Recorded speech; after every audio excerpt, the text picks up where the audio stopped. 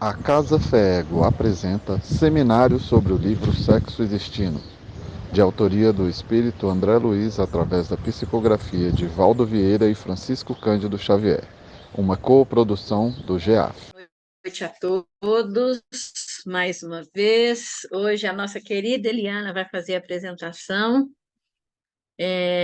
Vamos prestar bastante atenção nesses dois capítulos que são muito interessantes para o nosso aprendizado e que, tenho certeza, nos trará uma, um bom debate ao final do nosso encontro. Eliana, a palavra é sua, querida. Vamos dar início ao estudo de hoje, então, continuação do seminário, né, de 2023, que é o nosso livro Sexo e Destino, do espírito André Luiz, psicografado pelos médiuns Francisco Cândido Xavier e Valdo Vieira. Nós estamos hoje iniciando o capítulo 5 da primeira parte. Capítulo 5, a gente começa com o benfeitor Félix chamando a atenção do André Luiz e de Neves, o pai de Beatriz, que é enferma, né?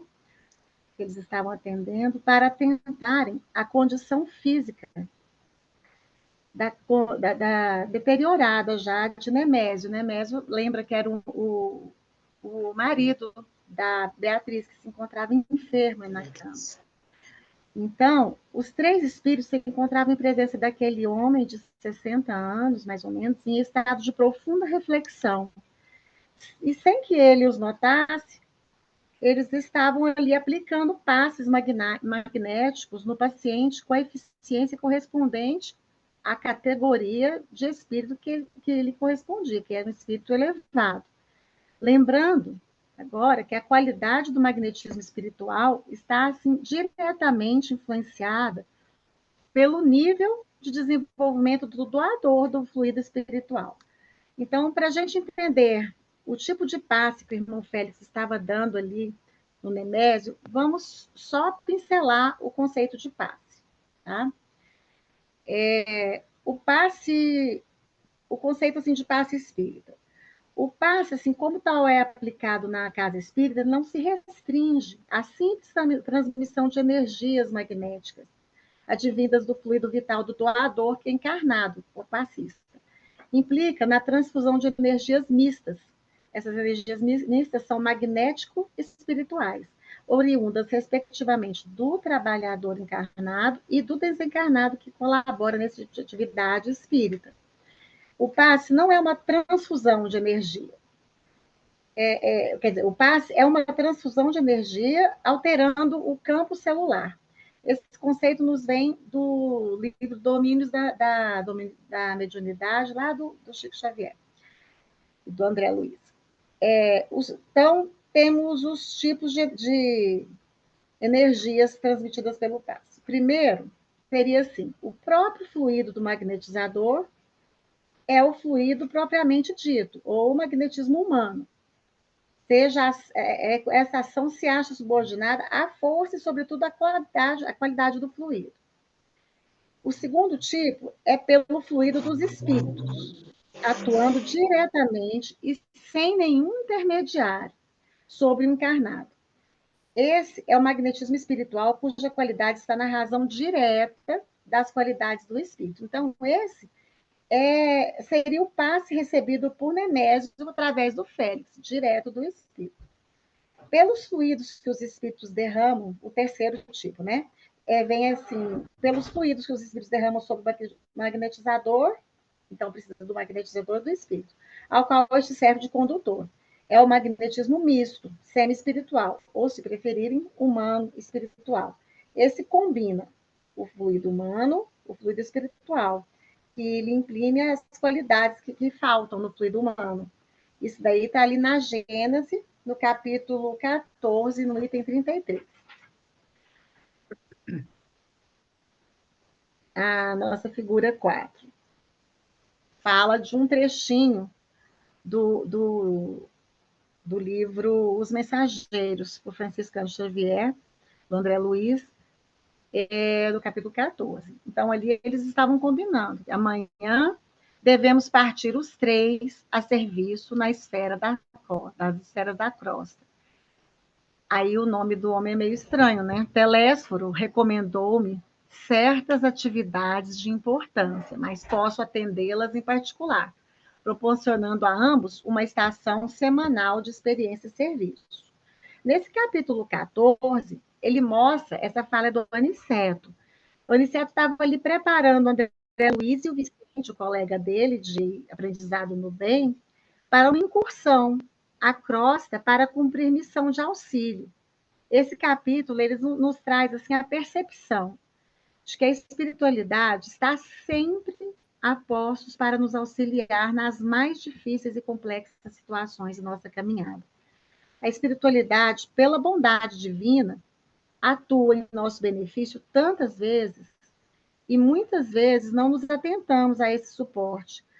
Muitos irmãos espirituais estão circundando a nossa volta, na maioria das vezes, em resposta ao nosso recurso da prece, né? A gente não deve nunca se esquecer que a gente não está só, jamais. Aqui também a gente aprende que os espíritos podem nos auxiliar com boa vontade própria, mas também que eles precisam de elevação moral e aprendizado específico para conduzir essa empreitada e, principalmente, orientar os espíritos iniciantes, que no caso seriam ali o André e o Vicente, né, que o Aniceto estava orientando. Como faz o Aniceto? Por isso, valem-se de condução firme de propósitos, energias, conhecimento, além da disposição de servir. Então, além dessa disposição de servir, precisa do esforço para adquirir conhecimento, treinamento, para poder conseguir realizar esse serviço de auxílio a nós. Então, eles têm muito trabalho, né? Mas que a gente nunca está só.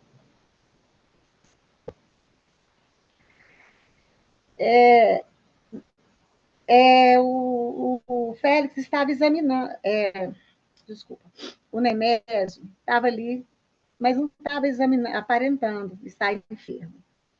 O irmão Félix estava ali analisando, né, junto com o Neves, e pôde perceber que Nemésio estava gravemente doente naquele momento, apesar de não parecer.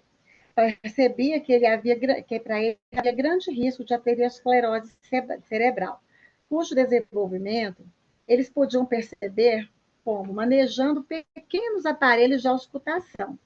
Olha só que eles têm ainda equipamentos. Félix notou, assim, deficiência circulatória e complicações em decorrência do endurecimento das artérias do coração, que já estava aumentado. Aí na figura tem alguns exemplos de equipamentos que a gente pode encontrar na utilização da reunião mediúnica ou na espiritualidade. Isso está escrito no módulo de estudo da Federação Espírita Brasileira, Mecanismo da Mediunidade. Então, sempre são utilizados esses instrumentos para beneficiar os espíritos encarnados e até os desencarnados também, necessitados de auxílio. Alguns recursos tecnológicos, eles são usuais nas reuniões mediúnicas, e outros só são instalados ocasionalmente em reuniões específicas. Aí estão alguns exemplos. Aparelho magnético de contato mediúnico, aparelhos de condensação de oxigênio, condensador ectoplásmico, psicoscópio, amplificador da voz, aparelho de comunicação com encarnados, aparelho para emissão e remissão de mensagens, leitos, radiolas, medicamentos e utensílios médicos. Você vê que eu quis colocar esses utensílios para exemplificar quão eles estão preparados na espiritualidade para nos auxiliar, inclusive com equipamentos. Essa figura 6, ela nos reflete, nos remete à conexão de mentes, né? Porque Félix estava ali examinando, né, médico? E ele apontou aos colaboradores Neves e o André determinada região onde havia importante diminuição de circulação do sangue, podendo causar, a qualquer momento, a ruptura de algum vaso, implicando em acidente vascular cerebral grave. E Félix queria saber do histórico de Nemésio.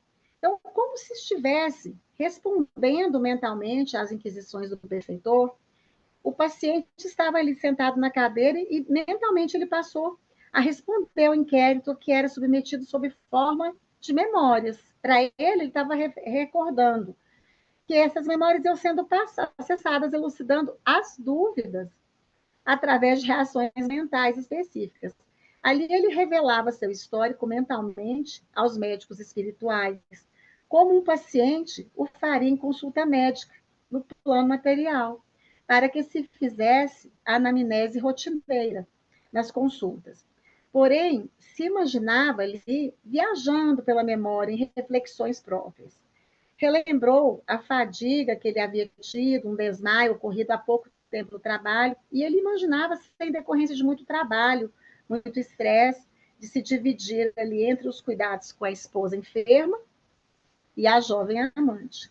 Nemésio, ele se revelava aos amigos para ele invisíveis, né? Ele nem sonhava que eles estavam ali. Todos os acontecimentos que eles davam pistas da sua real situação de saúde, frágil, e ele fugia dessa constatação como se assim pudesse evitar a doença. Então, Nemésio não queria nem pensar em estar doente. Ele estava apaixonado por uma jovem e queria se sentir como forte e saudável. Tinha a esposa como querida e meiga figura de afeto, mas não era amor verdadeiro. Ele era vaidoso e materialista e dava enorme importância aos impulsos emotivos da juventude corpórea e da libido. Era infiel, rotineiramente, e acostumava-se a aplacar a consciência com presentes à esposa após cada traição. E ele sempre ultrapassava as barreiras morais que os compromissos estabeleciam.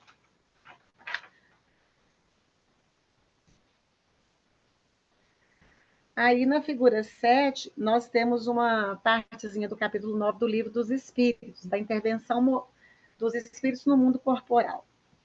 Essa parte, ela nos remete à questão 459 seguintes do Livro dos Espíritos, que explica que a espiritualidade pode sim nos influenciar, e muito mais do que imaginamos. Na maioria das vezes, são eles que nos dirigem. Tanto nós, encarnados, como os desencarnados, pensamos. Então, todos nós pensamos. E essas vibrações, esses pensamentos, eles se misturam, se enovelam entre si. Assim, muitos pensamentos que nos ocorrem são também deles. Daí a necessidade de atendermos ao pedido de Jesus, que nos diz para vigiar e orar, para vigiar o pensamento e escolher o que devemos acatar, optando sempre para o bem, que é sempre a nossa melhor defesa, né? Agir no bem, pensar no bem. Nunca esqueçamos de que a responsabilidade é de quem age, construindo seu caminho pelas suas ações. Então, mesmo que sejamos influenciados, nós temos o livre-arbítrio, a nossa responsabilidade continua firme, junto conosco. A nossa responsabilidade está junto com as nossas ações. Nós construímos nosso caminho com as nossas ações. Aqui na figura 8, nos reflete um pensamento da Joana de Ângeles no livro Conflitos Existenciais. Ela fala sobre a raiva, mas vamos ali. Então, o Nemésio nutria certo afeto à esposa, que era sempre abnegada e fiel. E às vezes, ele imaginava o que ele faria se ela agisse com uma conduta idêntica à dele. Aí, nesse momento, apesar dele não ter interesse pela esposa, ele sentia crescer assim um ódio e revolta. Pensava mesmo ser capaz de matá-la. Lembrava de um parente que repetia a ele, quando ele era criança, que mulher era como chinelo no pé de homem. Quando não presta mais, é preciso arranjar outra.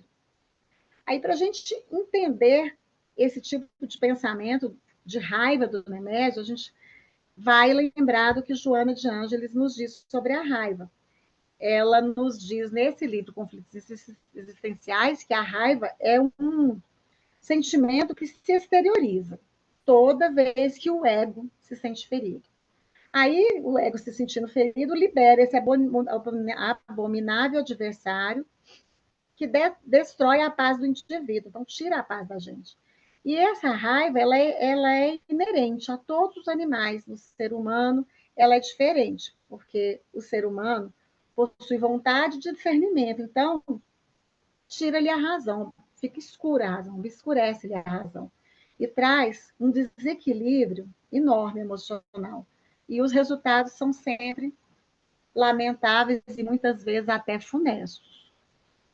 Aí, por isso, apesar dos cabelos grisalhos, né, que o Nemésio já tinha na certa idade, ele estava sempre muito vaidoso, caprichando nos perfumes, nos ternos bem cortados, enquanto a esposa, Beatriz, agonizava no leito. E ele seguia ignorando, por puro orgulho, vaidade, anseio, tinha um anseio muito grande de vivenciar os prazeres materiais, né? Ele ignorava a condição frágil que se encontrava seu corpo físico. Deixaria esses cuidados na cabeça dele, no pensamento dele, deixaria esses cuidados com a saúde para depois do desencarne da Beatriz e o futuro enlace com a jovem Marina que ele tanto ansiava. Félix pressentiu o desapontamento do pai de Beatriz e sugeriu mentalmente que Neves se retirasse do recinto, porque o pai dela ficou revoltado com aqueles pensamentos. Lembra que eles estavam ouvindo os pensamentos do Nemésio, né? E ele foi ficando muito injuriado com aqueles pensamentos e Félix pediu que ele saísse do recinto. E ele atendeu prontamente. Neves estava tão indignado e ressentido por ver tanto cuidado sendo despendido, na opinião dele, a um homem de má conduta. Ele ficou enlouquecido diante dos amigos trabalhadores no bem. Félix pediu-lhe calma e disse uma frase muito marcante, inclusive para todos nós. Ele disse: sempre surge para todos nós o dia de provar o que somos naquilo que ensinamos. Então, surge para todos nós o dia que a gente tem que provar que a gente é capaz de fazer o que a gente ensina, né? Realmente, que a gente tem virtudes construídas no nosso coração e que a gente já sabe agir de acordo com elas. E aí, sobre esse ressentimento, eu coloquei um pensamento de Joana de Ângeles, no mesmo livro, né, dos conflitos existenciais, que diz: o ser em si mesmo não é portador de maldade, mas foram as experiências do processo de evolução que foram despertaram essa face negativa, que pode e deve ser corrigida pela aplicação dos recursos do altruísmo, da bondade, da moralidade e da cooperação com as demais criaturas do mundo. Então, a gente usando as nossas virtudes que a gente foi construindo na cooperação do bem, em auxiliar o próximo, é que a gente consegue se livrar, né, desse exercício da maldade, praticar o bem.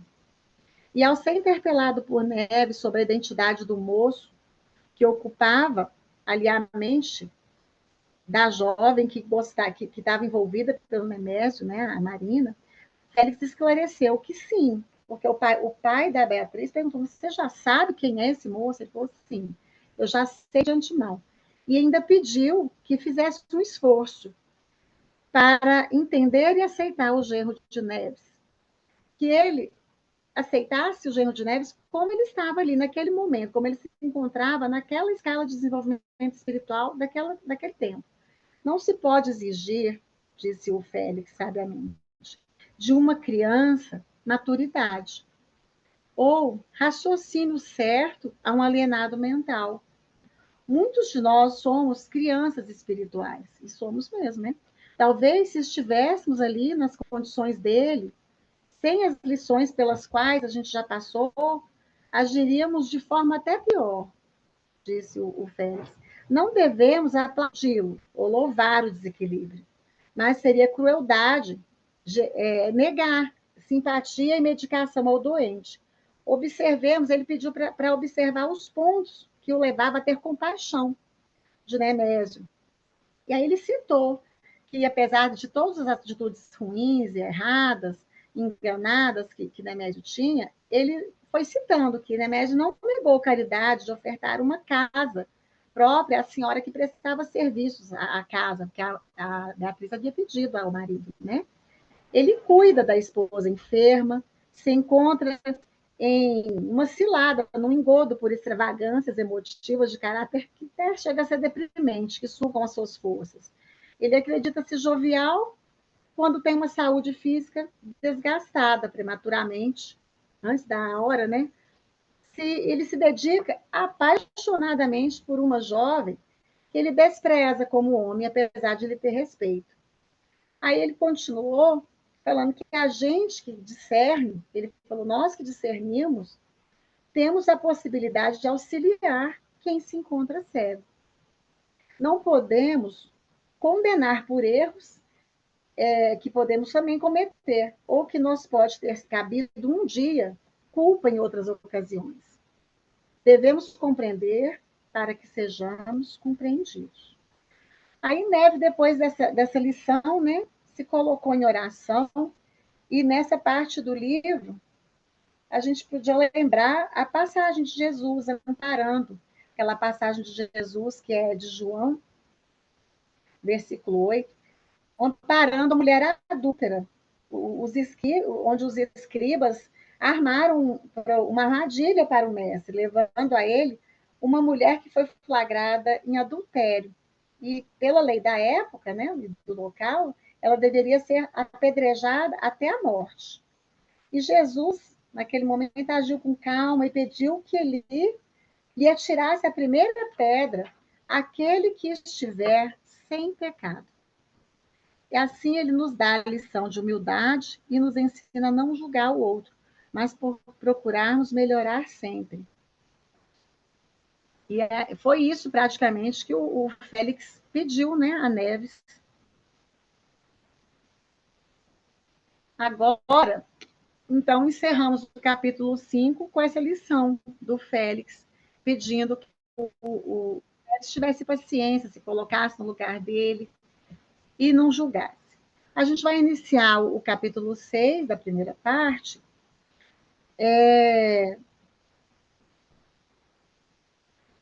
com os três estavam, né, Félix, André e Neves, no quarto da enferma Beatriz, em conjunto, dando socorro magnético a ela. E aí Félix providenciou para que ela não se retirasse do corpo enquanto dormia, pois devido ao desgaste dos órgãos físicos, ela já estava muito desgastada, ela, saindo do corpo, desfrutaria de muita lucidez espiritual.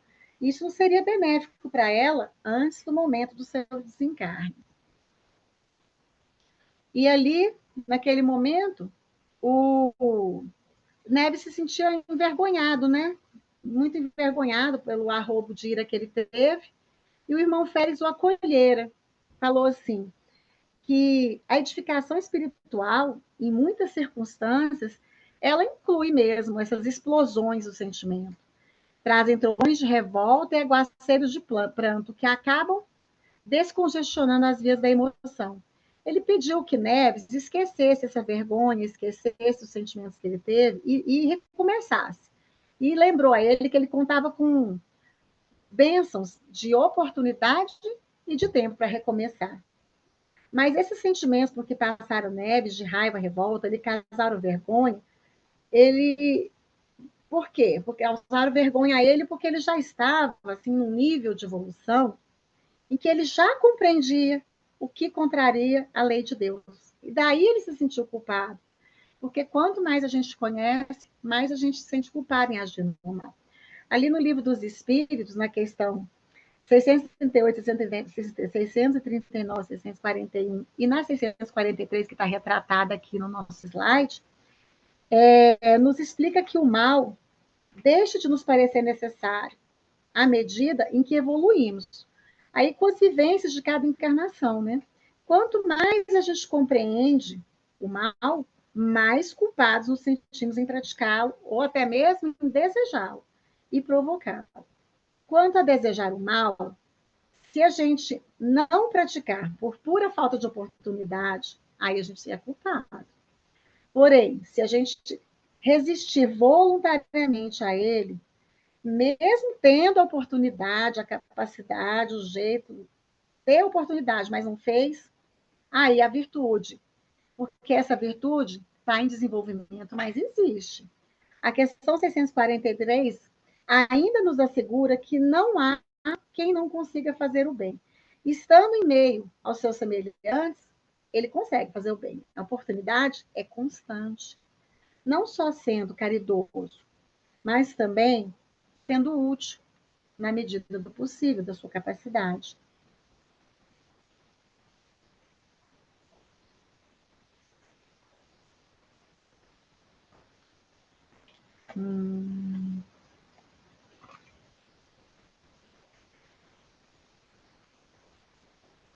Deixa eu ver. Os três, então, agora se transferem ao apartamento da família de Marina. Lembra que Marina é a jovem amante de Nemésio. A jovem amante de Nemésio. Ali encontraram seu pai. O pai dela se chamava Cláudio. Ele estava ali sentado numa poltrona lendo.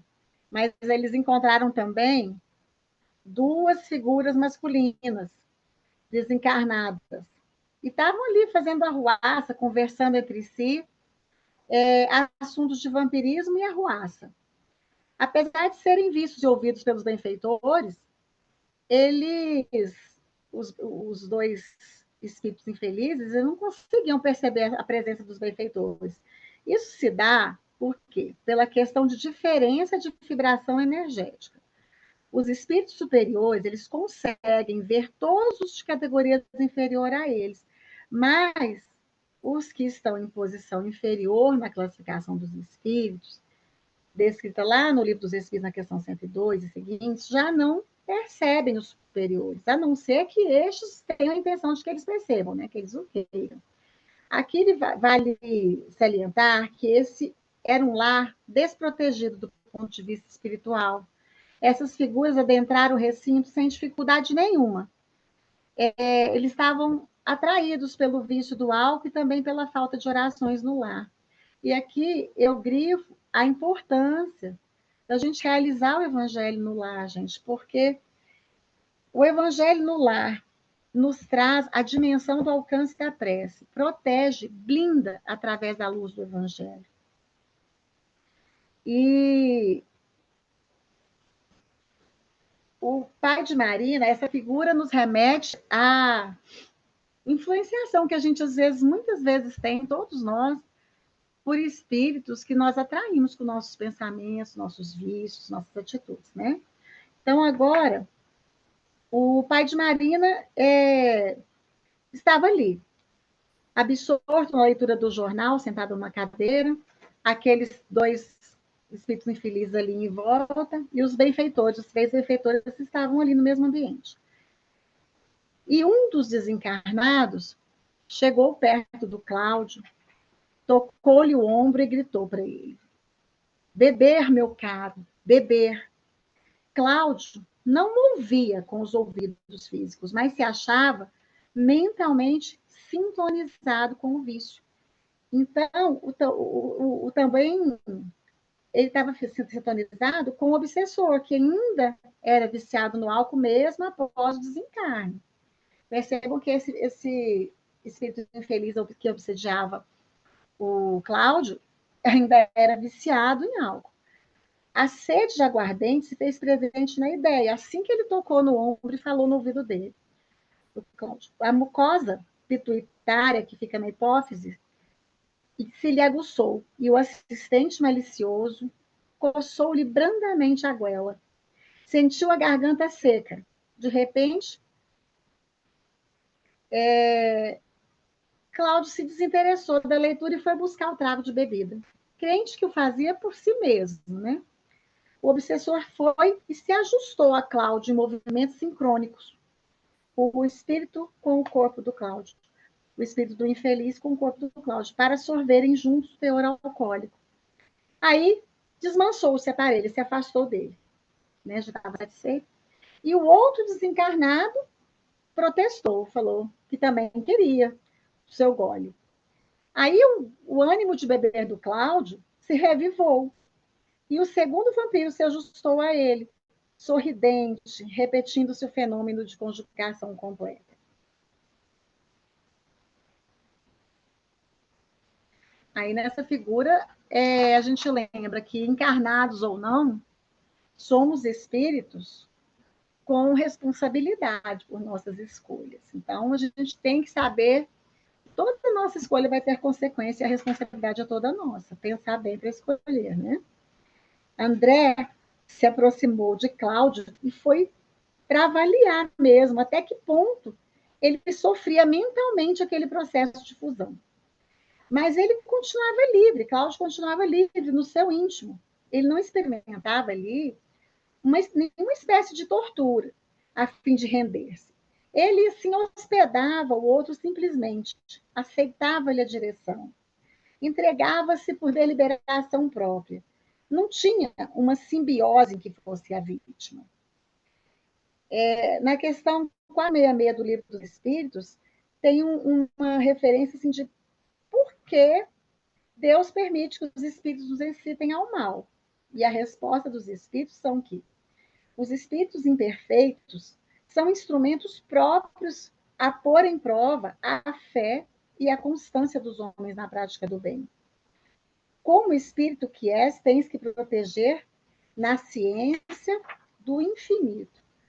Daí o passares pelas provas do mal, respondem, para chegares ao bem. Aí eles falam que a missão da espiritualidade consiste em nos colocar no bom caminho. Desde que sobre nós atuem influências más, é que a gente as atrai, né? Desejando o mal.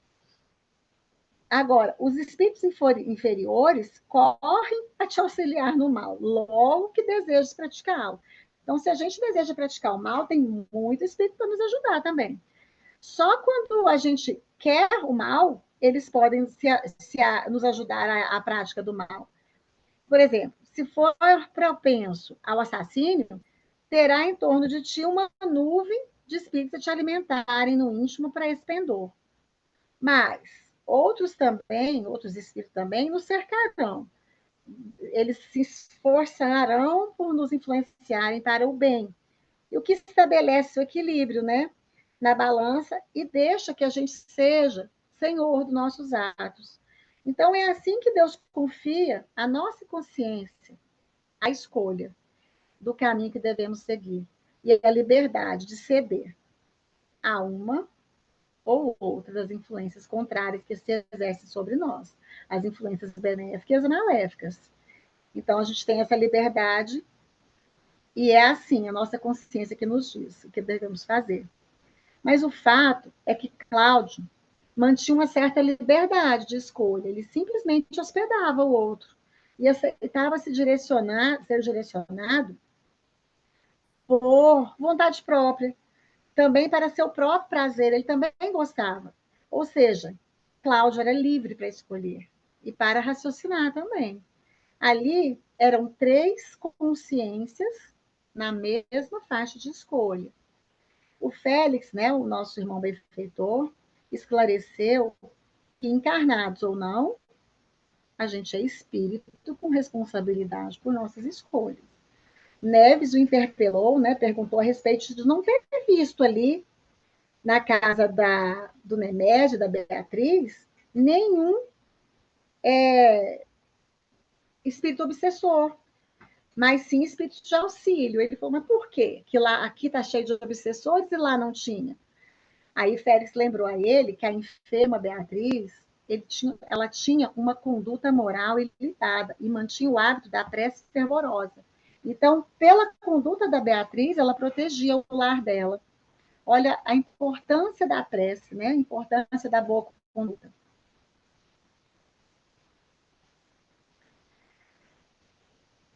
A oração, ali tem uma casa protegida, né?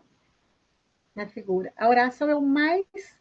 É o Alexandre que está falando isso, lá no capítulo 6, o Missionários da Luz, viu, gente? De André Luiz. Esse capítulo é muito lindo, ele chama A Oração. O Alexandre fala, A oração é o mais eficiente antídoto. Olha que a palavra antídoto é forte contra o vampirismo. A prece, ela não é um movimento mecânico de lábios, não. E nem é um disco de fácil repetição no aparelho da mente. A prece é vibração, energia e poder. A criatura que ora, mobilizando as próprias forças, ela realiza trabalhos de inexprimível significação. Semelhante estado psíquico descortina forças ignoradas, revela a nossa origem divina e nos coloca em contato com as fontes superiores. Então, a prece realmente nos coloca em contato com Deus, em conexão com Deus. E dentro dessa realização, continua Alexandre, o espírito, em qualquer forma, pode emitir raios de espantoso poder. Então, se a gente precisasse de um motivo para orar mais, está aí o motivo.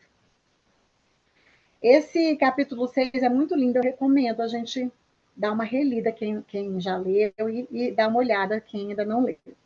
Nesse capítulo, o mentor Alexandre e André Luiz acompanham ali um rapaz obsediado por vampiros energéticos que o acompanham, e ao chegar ao lar, ele estava num centro espírita, passou por outros lugares, e ele voltou para a casa dele. Ao chegar ao lar, esses acompanhantes, esses vampiros, são freados à porta do seu recinto doméstico. Eles são impedidos de entrar na casa em virtude de uma fronteira vibratória que ali existe, uma barreira vibratória. Essa fronteira que barrava a entrada dos infelizes era o quê? Era fruto do hábito de praticar preces fervorosas e sinceras da esposa do obsediado pelos vampiros, do rapaz. Esse capítulo, ele nos exemplifica o maior antídoto às más influências espirituais, tal como o vampirismo, onde criaturas que são desviadas da verdade do bem, nos longos caminhos evolutivos, reúnem-se umas às outras para permutas energéticas. Esse antídoto poderoso, eu repito, é a prece. Esse dispositivo ao alcance de todos. É verdade, né? A prece está ao alcance de todos. Traça fronteiras vibratórias à prece, as quais as entidades infelizes não conseguem ultrapassar. Olha que maravilha. A prece, ela nos garante um lar tranquilo pela emissão de forças purificadoras e luminosas que criam barreiras vibratórias em torno do nosso lar. Ela também faz outra coisa, ela atrai para o nosso ambiente doméstico espíritos de luz. Eles vêm em nosso auxílio e amparo todo o tempo. Vamos lembrar novamente que a prece diária e o estudo semanal do Evangelho, se não puder fazer todos os dias, semanal está tudo bem. São hábitos a serem cultivados para o nosso bem e também dos nossos amados. Então, a melhor forma de proteger a nossa família é com a prece, com o Evangelho no lar.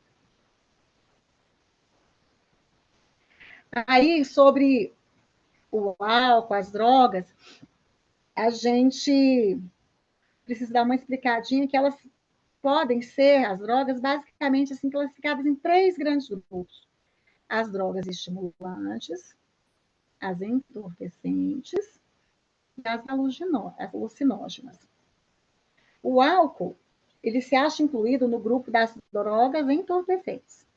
Elas se chamam entorpecentes porque retardam ou desaceleram a atividade do sistema nervoso central. Elas são o quê? Tranquilizantes, anestésicas e até soníferas. Sob o ponto de vista espírita, um dos aspectos a ser considerado é a obsessão sobre o alcoólatra. Eles são alvo de obsessão. O dependente do álcool é, em muitos casos, acompanhado por 2 tipos de obsessores: os ectoparasitas e os endoparasitas espirituais. O que são esses ectoparasitas e esses endoparasitas? Os ectoparasitas são aqueles espíritos assim que costumam frequentar bares ou locais assim de muita bebedeira, e eles se alimentam dos vapores etílicos que absorvem para o seu próprio corpo espiritual ali do ambiente. Já esses são os ecto, tá? Os endoparasitas espirituais, eles são mais graves. pois eles se ligam ao corpo espiritual, ao perispírito do beberrão, do alcoólatra, prendendo-se ao chakra esplênico do mesmo. Ali eles vampirizam o fluido vital deles, a energia vital. E tem mais, o alcoolista crônico mesmo, ele costuma ainda por cima ser rodeado de larvas espirituais. Essas larvas se fixam ao seu perispírito. E esse fato é descrito por autores espirituais e observado por videntes. Essas larvas espirituais, assim, elas são criaturas vampirizadoras dos nossos pensamentos, dos nossos sentimentos, e elas se alimentam dessas energias que a gente emana, né? Porque nossos sentimentos, nossos pensamentos são energias. E ainda sugam nossas reservas energéticas e espirituais. Quando o viciado ingere álcool, há uma expansão de sua consciência. Olha que interessante. E as energias ou fluidos desequilibrados, eles se encontravam retidos, saem para a superfície da sua aura. A bebida provoca essa expansão. E aí,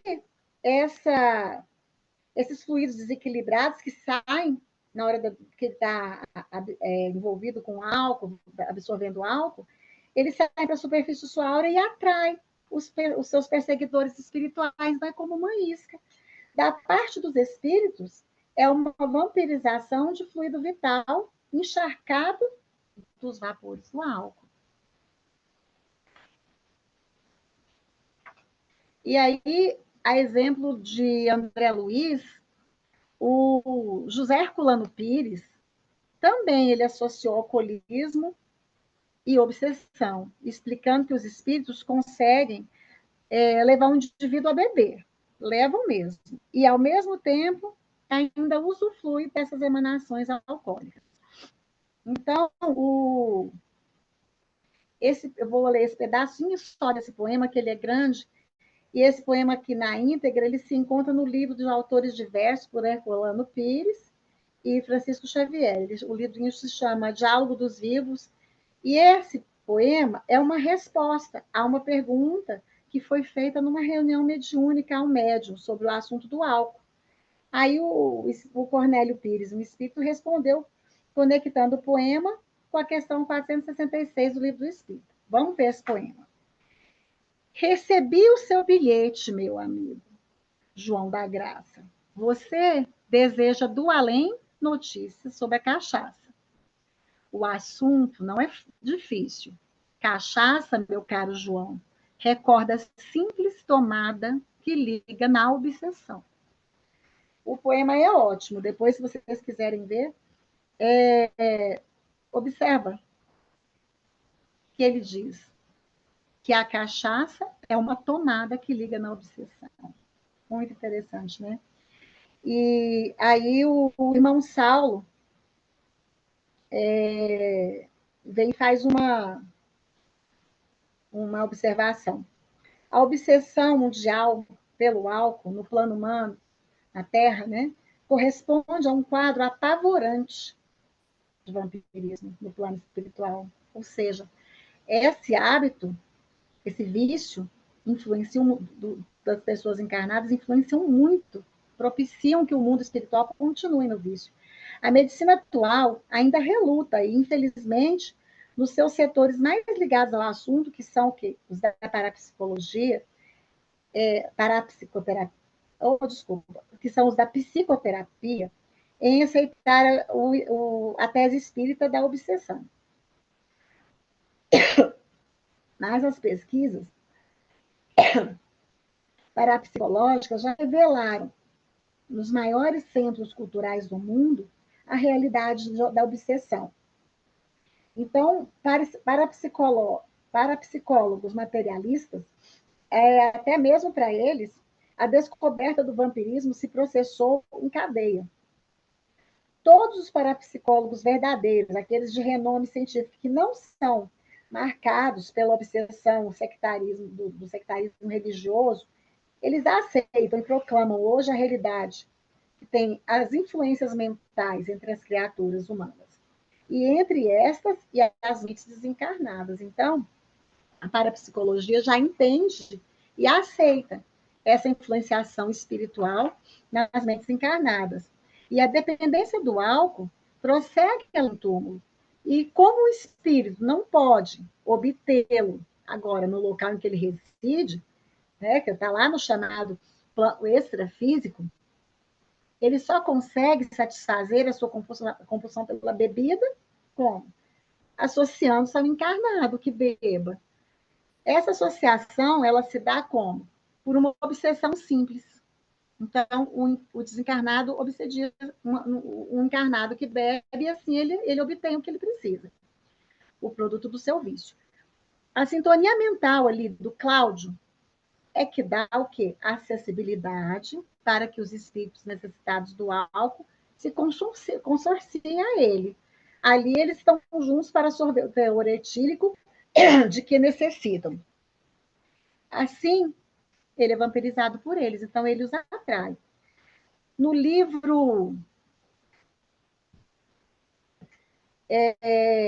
Conflitos Existenciais, de Joana de Ângeles, por Divaldo Franco, a autora trata do alcoolismo como um problema de natureza médica, psicológica e psiquiátrica.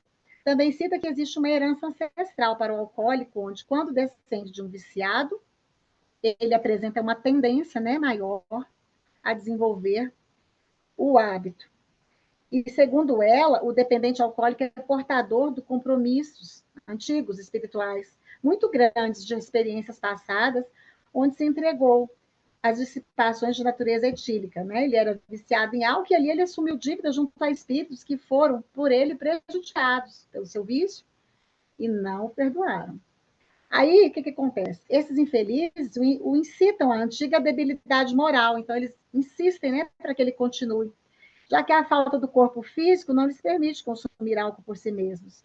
Ali se estabelece uma associação vampirizadora por parte do desencarnado, que se torna hóspede dos equipamentos nervosos via perispírito, terminando por conduzir o indivíduo a tombar, às vezes por hipoglicemia, hiponatremia, que é a alteração metabólica que caracteriza por falta de sódio com relação ao volume de água do corpo. E assim sendo, também se embriagam. Outras vezes, eles tornam escassa, tiram a lucidez do hospedeiro psíquico, emocional, levando-o a praticar atos adjetos e até mesmo crimes hediondos. Há casos em que o viciado é mesmo levado à demência alcoólica. Nessa situação ali de demência alcoólica, já nem o sono é mais repousante para ele, pois é assinalado por confusão mental e inquietação, aumentando o cansaço. E aí, Joana de Ângeles, ela indica que para a reabilitação são necessários o quê? Recursos psiquiátricos, psicológicos e orientação social.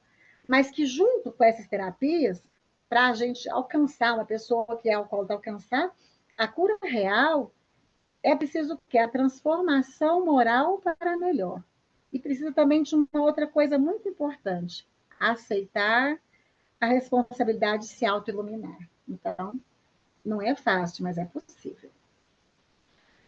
Agora, na figura 19, a gente demonstra a ideia conceitual de vampirismo da doutrina espírita. Esse termo, vampirismo, é empregado no estudo espírita para designar metaforicamente o processo de parasitismo psíquico, em alusão mesmo aos parasitas descritos pela biologia, que são organismos que vivem em associação com outros organismos, dos quais eles sugam os nutrientes para a sua sobrevivência. Nesse processo, no parasitismo, normalmente o parasita, que é o hóspede, causa danos ao outro, que é o organismo hospedeiro, né? Como nos casos de doenças infecciosas causadas por parasitas de alguns vírus e bactérias. Em se tratando de parasitismo psíquico, cuja matéria envolvida é o que? A energia vital, a relação é sempre muito danosa, inclusive para todos os envolvidos. O vampirismo, por viciação, são os espíritos que, encarnados, tornaram-se apegados às sensações materiais e viciaram-se em prazeres carnais. Prosseguem, então, após o desencarne, buscando aquelas mesmas sensações, vinculando-se aos encarnados que vibram em faixa idêntica. Então, ali eles compartilham daquelas paixões que são desequilibrantes. Pode ser o álcool, o fumo, drogas, gula, vício em sexo desregrado, e muitos outros, né?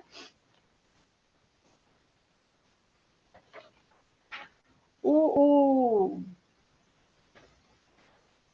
capítulo 6, ele termina com o benfeitor Félix explicando a André e a Neves que ele não podia retirar dali os obsessores, porque na lei de Deus está estabelecido o respeito do livre-arbítrio aos espíritos. Porque eles perguntaram por que ele não retirava dali, né?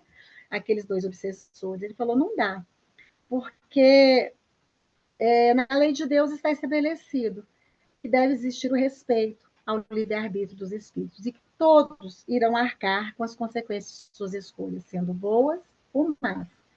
Aí, levemente emocionado, Félix lembra que Cláudio poderá ser amanhã um homem renovado para o bem e poderá educar os companheiros que o obsediam hoje. Imagina.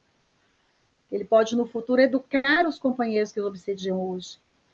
Pede que não tenham repulsa pelos três, somente por eles serem ignorantes e infelizes. E assim acaba o nosso capítulo 6.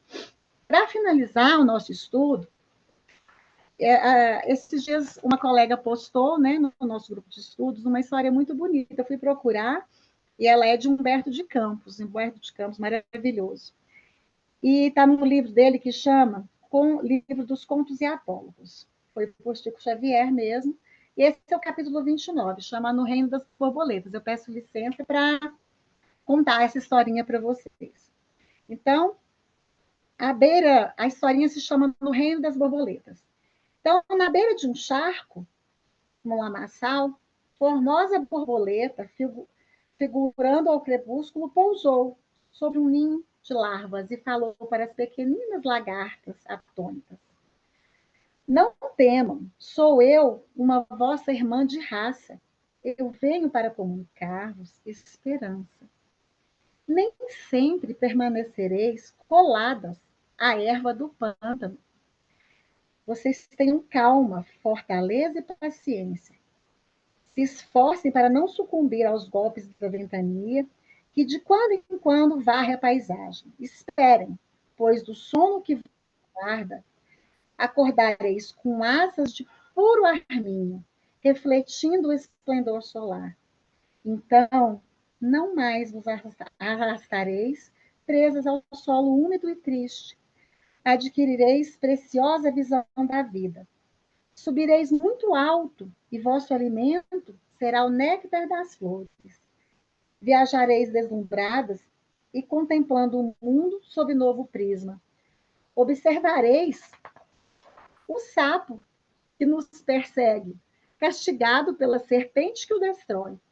E vereis a serpente que fascina o sapo, fustigada pelas armas do homem. Ali, enquanto a mensageira se entregava à ligeira pausa de repouso, ouviam-se exclamações admirativas das lagartas. Ah, não posso crer no que vejo. E outra, que misteriosa e bela criatura. A outra, será uma fada milagrosa? E a outra, nada possui de comum conosco. Irradiando o suave aroma do jardim em que se demorara, a linda visitante sorriu e continuou. Não sejam incrédulas. Não sou uma fada celeste. Minhas asas são parte integrante da nova forma que a natureza vos reserva. Ontem eu vivia convosco. Amanhã vivereis comigo. Equilibrem-se vocês se equilibrarão no imenso espaço. Desferirão voos sublimes à plena luz. Libertadas do lodaçal, se elevarão felizes. conhecerão a beleza das copas floridas das árvores e o saboroso licor das pétalas perfumadas, a delícia da altura e a largueza do firmamento. Logo após, lançou um carinhoso olhar à família alvoraçada, distendeu o corpo colorido e voltou graciosa, voou graciosa para o céu e desapareceu. Nisso, chega ao ninho a lagarta mais velha do grupo, que andava uns dias ausente. E estava ouvindo as entusiasmadas referências das companheiras mais jovens à borboleta que ali passara, contando essa história para elas, né? E aí ela falou muito irritada: calem-se e escutem. Tudo isso é insensatez, mentiras, divagações. Fujamos aos sonhos e aos desvarios. Nunca teremos asas. Ninguém deve filosofar. Somos lagartas, nada mais do que lagartas. Sejamos práticas no imediatismo da própria vida. Esqueça os pretensos seres alados que nem existem. Desçam do delírio da imaginação para as realidades do ventre. Abandonaremos este lugar amanhã. Eu encontrei uma horta que procurávamos. Será a nossa propriedade, será a nossa fortuna. E ela está no pé de couve que passaremos a habitar. Devoraremos todas as folhas. Precisamos simplesmente comer, comer, comer, porque depois será o sono, a morte e o nada, nada mais. Todas as borboletas, todas as larvas calaram-se, né? Desencantadas com a fala da lagarta mais velha. E a noite caiu, e em meio à sombra, a lagarta chefe mais velha adormeceu, mas não despertou no outro dia. Ela estava completamente imóvel. As irmãs ficaram preocupadas e observaram curiosas o fenômeno. Puseram-se na expectativa. Passou algum tempo, com infinito assombro, repararam as lagartinhas que a orgulhosa e descrente orientadora se metamorfoseara numa veludosa borboleta, voejante e leve. Anotando a lição breve e simples, creio que há muitos pontos de contato entre o reino dos homens e o reino das borboletas. A semelhança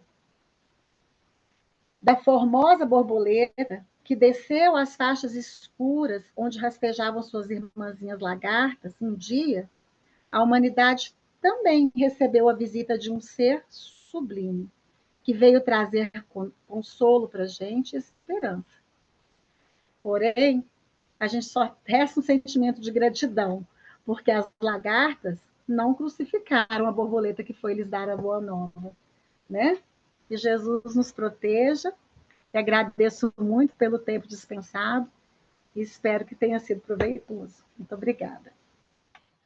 Agora a gente passa na próxima semana ao capítulo 7 e 8 da primeira parte. Quem vai ser o expositor é o Fabiano Alvarense.